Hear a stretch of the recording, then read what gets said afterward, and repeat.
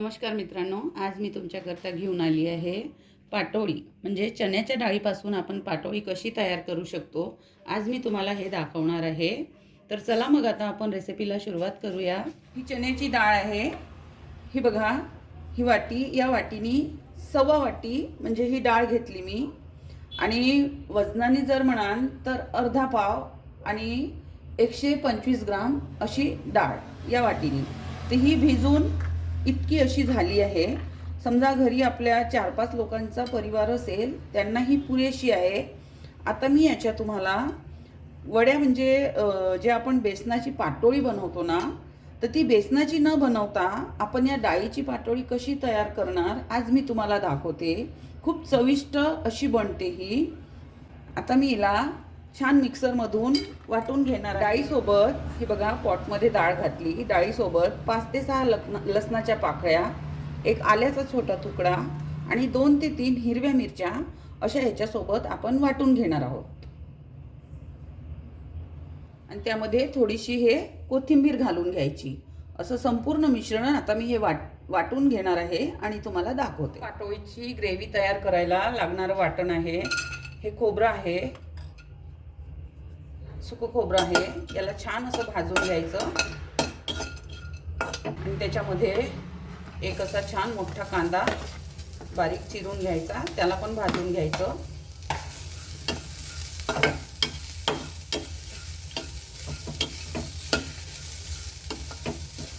बघा, त्याच्यामध्ये मी थोडं असं तेल घालणार आहे.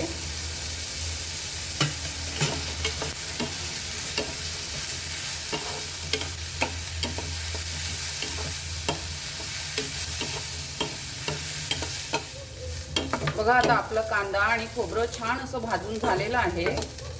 आता याचं आपण मिक्सरमध्ये वाटण करून घेणार आहे. थोडं टमाटर पण भाजून घेणार आहे. छान चव येतो याने पण. थोडं भाजून घेतलं की कांदा आणि खोबऱ्यासोबतच मी हे टमाटरची पेस्ट वाटून घेणार आहे. मिक्सरमधून मी छान अशी डाळ स्मूथ अशी वाटून घेतलेली आहे. हे बघा, छान अशी स्मूथ. याच्यामध्ये मी आलं, लसण आणि कोथिंबीर आणि हिरव्या मिरच्या आधीच वाटून घेतलेल्या. आता याला आपण छान असं शिजवून घेणार आहोत. तर चला, मी आता पुढचं याचं प्रोसिजर तुम्हाला दाखवते. याच्यामध्ये थोडा असा ओवा हाताने घासून थोडा टाकायचा. कारण कसं आहे ना, हे चण्याच्या डाळीचं पदार्थ आहे, त्याच्यामध्ये ओवा हा असायलाच पाहिजे. कारण यानी पाचनशक्ती छान होतो आणि तो पचायला पण हलका जातो. बघा, आता याच्यामध्ये मी 2 पळी असं तेल घालणार आहे. बघा, आता आपलं तेल तापलं आहे. थोडंसं जिरं, थोडं हिंग आणि हा कांदा.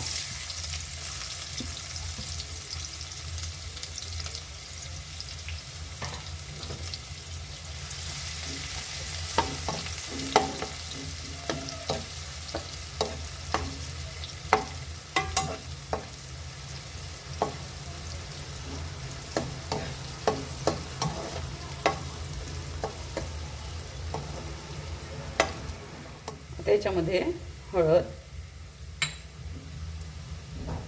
अर्धा चमचा धने जिरं पूड, थोडंसं आमचूर, अगदी चुटकीभर,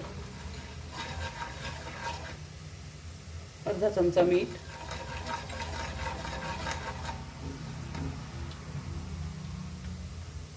थोडासा कांदा लसूण मसाला, हा अर्धा चमचा मी घरी तयार केलेला मॅजिक मसाला. अप्रतिम टेस्ट आहे याची. मी व्हिडिओ अपलोड केला आहे, तुम्ही बघू शकता तो मी कसा तयार केलेला.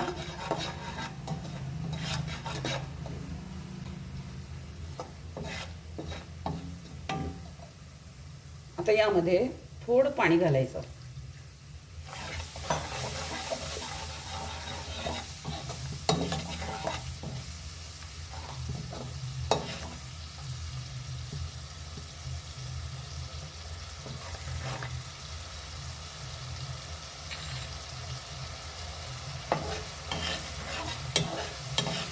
आता यामध्ये जी डाळ आपण वाटून घेतली आहे ती घालायची.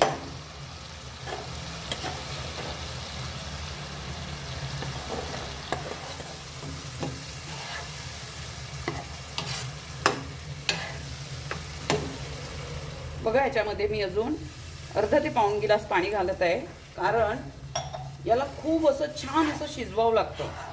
कारण डाळ कच्ची आहे ना आणि आपल्याला याची पातोळी बनवायची आहे, तर ही खूप छान अशी शिजवून घ्यावं लागतं. तेव्हा याची पातोळी खूप छान बनते आणि टेस्ट तर इतकी भन्नाट अप्रतिम लागतो या पातोळीची खूप, की नॉनव्हेज खाणारे नॉनव्हेज भुलून जाणार जर ही पातोळी खाल्ली तर.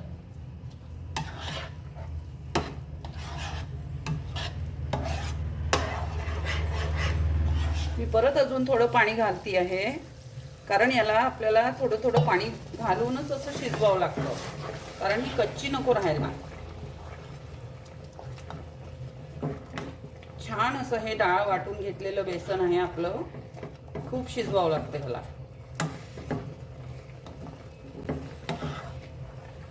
थोडी लेंदी प्रोसेस आहे, पण खायला चव अप्रतिम आहे याची, खूप भन्नाट लागते.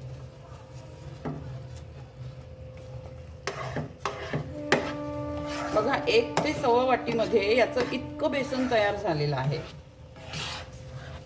म्हणजे 5-6 लोक असतील ना तर त्यांना ही वडी आरामात पुरून पुरते, इतकी वडी तयार होते याची.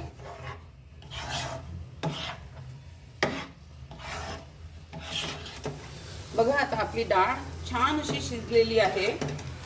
मला याला शिजवायला कमीत कमी 2 ग्लास असं पाणी लागलेलं, कारण मी थोड्या थोड्या वेळात याच्यामध्ये पाणी घालत होती.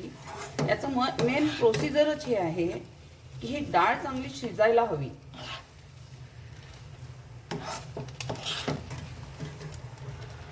आता याला मी गरम गरमच ताटाला थोडंसं तेल लावून ताटावर पसरवून घेणार आहे आणि मग त्याला फॅन खाली घेऊन घेणार आहे. तेव्हापर्यंत ही डाळ थंडी होते, आपण ग्रेव्ही फ्राय करून घेऊ. बघा मी आता ताटाला छान असं तेल लावून घेणार आहे. छान असं तेल लावून घ्यायचं. डाळ आपण शिजवून घेतलेली आहे ते घालायची. हे बघा मी हातानेच करती आहे. गरम आहे पण याला गरम गरमच करावं लागतं. छान असं पसरवून घ्यायचं. बघा मी हातानेच केलेलं आहे आणि हे बेसन जे म्हणजे शिजवलेलं हे हाताला चिटकत नाही आहे. याचा अर्थच की हे छान शिजलेलं आहे. आता याला फॅन लावून आपण ग्रेव्ही फ्राय करतपर्यंत हे छान थंड होते, मग आपण याच्या वड्या पाडून घेणार आहोत. बघा आता आपलं हे डाळ छान थंडी झाली आहे. आता मी याचे काप करून घेणार आहे.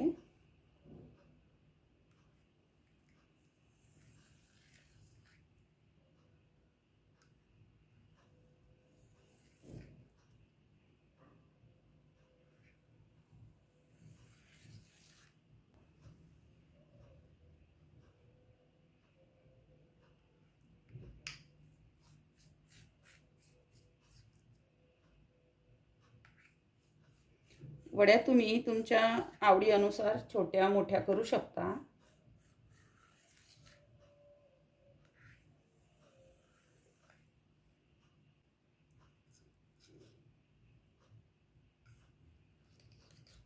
हे बघा,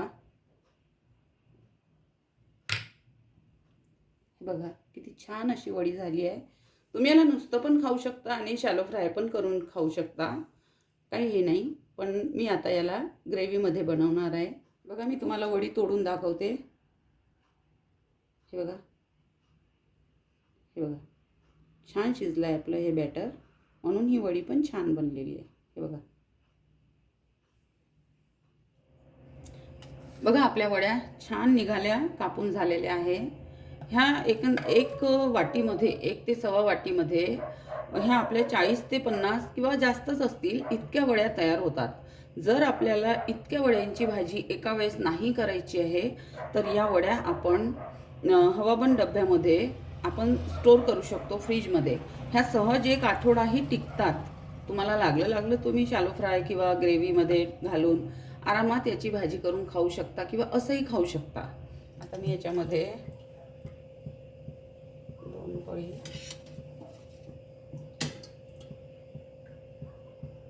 2 पळी तेल घातलं आहे. तेल तापलेलं आहे आपलं. थोडं जिरं,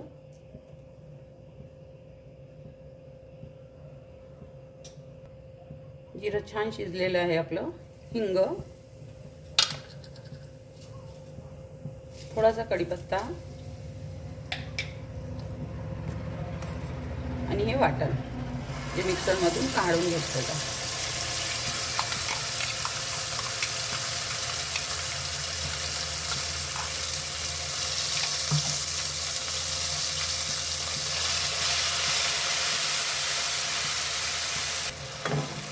बघा आता आपला हा कांदा, खोबरं, टमाटर हे छान अशी पेस्ट शिजलेली आहे याच्यामध्ये तेलामध्ये. आता याच्यामध्ये आपण हे सुके मसाले घालून घेऊ. अर्धा चमचाभर हळद, 1 ते 1.5 चमचा धने जिरं पूड आहे,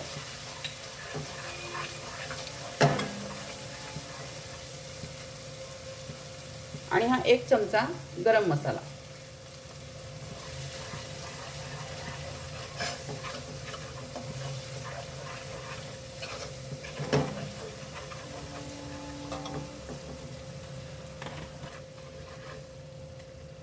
आणि हा अर्धा चमचा कांदा लसूण मसाला. कांदा लसूण मसाला मी घरी तयार केलेला आहे.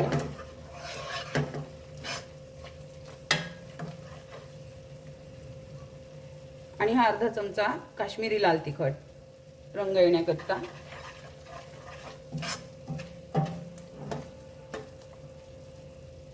एक चमचा मीठ. आपण आधी पण याच्यामध्ये मीठ घातलेलं, जेव्हा आपण वडी तयार केली तेव्हा, वडीचं बॅटर जेव्हा बनवलं तेव्हा त्याच्यामध्ये मीठ घातलेलं होतं. तसं तुम्ही मीठ तुमच्या चवीप्रमाणे घाला.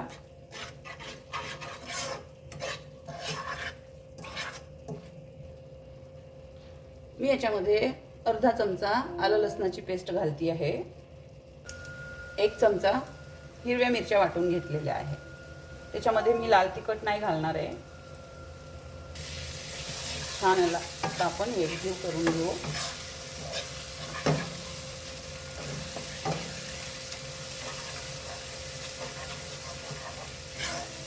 थोडं 1 घोट असं पाणी याच्यामध्ये घालणार आहे मी.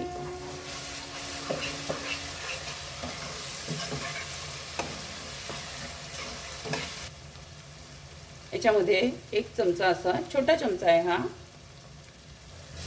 साखर घातली आहे. 1 छोटा चम्मचभर. तुम्हाला नाही आवडत असेल तुम्ही नका घालू, किंवा तुम्ही गूळ खात असाल तर गूळ घालू शकता थोडासा, पण ते घाला. याने चव खूप छान अप्रतिम येतो याला.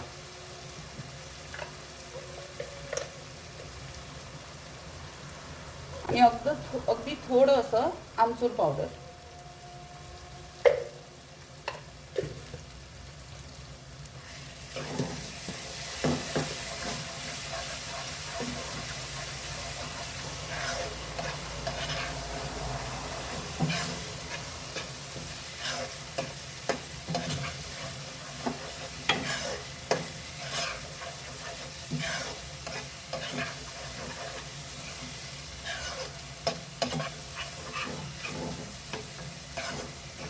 बघा आता आपला मसाला छान शिजलेला आहे. छान याची सुगंधही येत आहे.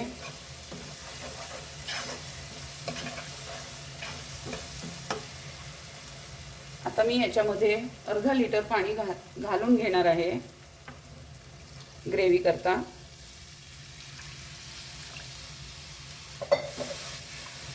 पाणी तुम्ही तुमच्या गरजेनुसार घाला, की तुम्ही त्याच्यामध्ये वड्या किती घालणार आहे त्यानुसार पाणी घाला.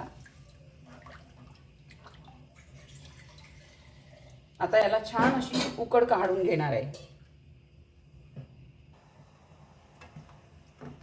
बघा आता याच्यावर मी छान असं झाकण ठेवून देणार आहे. छान उकड काढून घेणार आहे आता. बघा आता आपले 5 ते 7 मिनिटं झालेले आहे.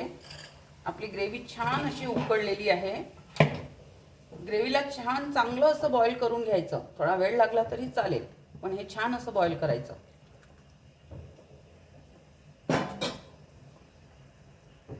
आता त्याच्यामध्ये वड्या घालून घेणार आहे. वड्या तुम्ही कुठल्याही शेपमध्ये कापून घालू शकता आणि ह्या तुटणार पण नाही.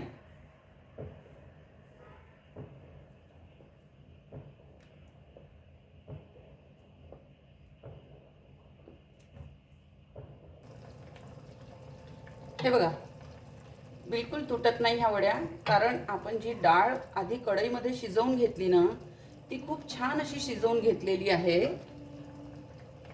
हे बघा, छान अशी ग्रेव्ही आली आहे याला. हे बघा,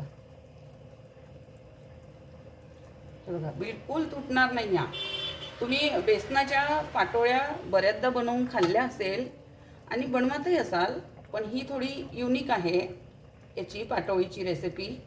ही नक्की बनवा. तुमच्याकडे पाहुणे वगैरे आले ना, तेव्हा तुम्ही जर ही भाजी त्यांना बनवून चारली ना, तर ते तुम्हाला विचारतील की तुम्ही कशी बनवली. आणि खूप टेस्टी लागतो ही भाजी, खूप टेस्टी. बेसनाच्या वड्या कशा कोणी ग्रेव्हीमध्ये घालताना भितात की ती तुटेल म्हणून, पण ही वडी तुटणार नाही. मी तुम्हाला सांगते आहे, विश्वास करा. आणि ज्या प्रोसिजरनी मी बनवलेली आहे त्या प्रोसिजरनी तुम्ही बनवा. नक्की तुम्ही सक्सेस व्हाल, याच्यामध्ये यशस्वी व्हाल आणि तुमची पण भाजी इतकीच अप्रतिम बनेल.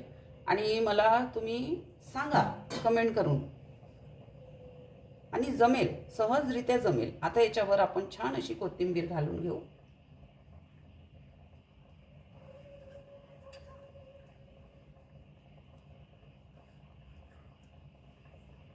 बघा, आता 5 मिनिटं झाली आहे. ही भाजी उकडती आहे, गॅसवरच आहे, गॅस बंद केलेली नाही आहे मी.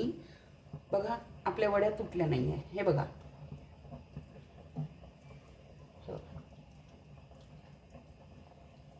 हे बघा, अगदी कडक आहे, छान आहे, बिलकुल तुटणार नाही.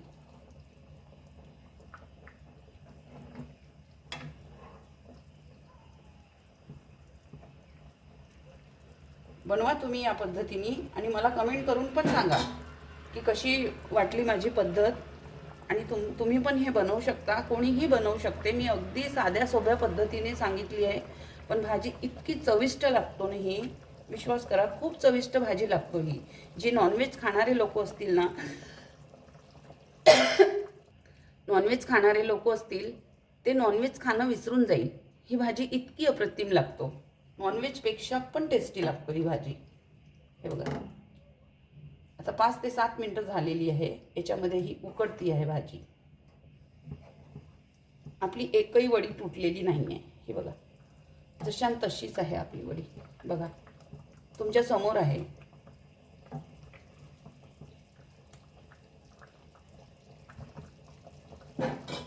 तर अशी होती आजची आपली डाळीपासून तयार केलेली पाटोळीची रेसिपी. तुम्हाला कशी वाटली मला सांगा. ही पाटोळीची भाजी तुम्ही पोळीसोबत, भातासोबत आणि भाकरीसोबत पण खाऊ शकता. भाकरीसोबत ही भन्नाट टेस्ट लागते याची. तुम्ही नक्की बनवून बघा आणि मला कमेंट करून पण सांगा. तर माझ्या चॅनलवर नवीन आहात तर माझ्या चॅनलला सबस्क्राईब करा, लाईक करा, शेअर करा, कमेंट करा. आपलं खूप खूप धन्यवाद.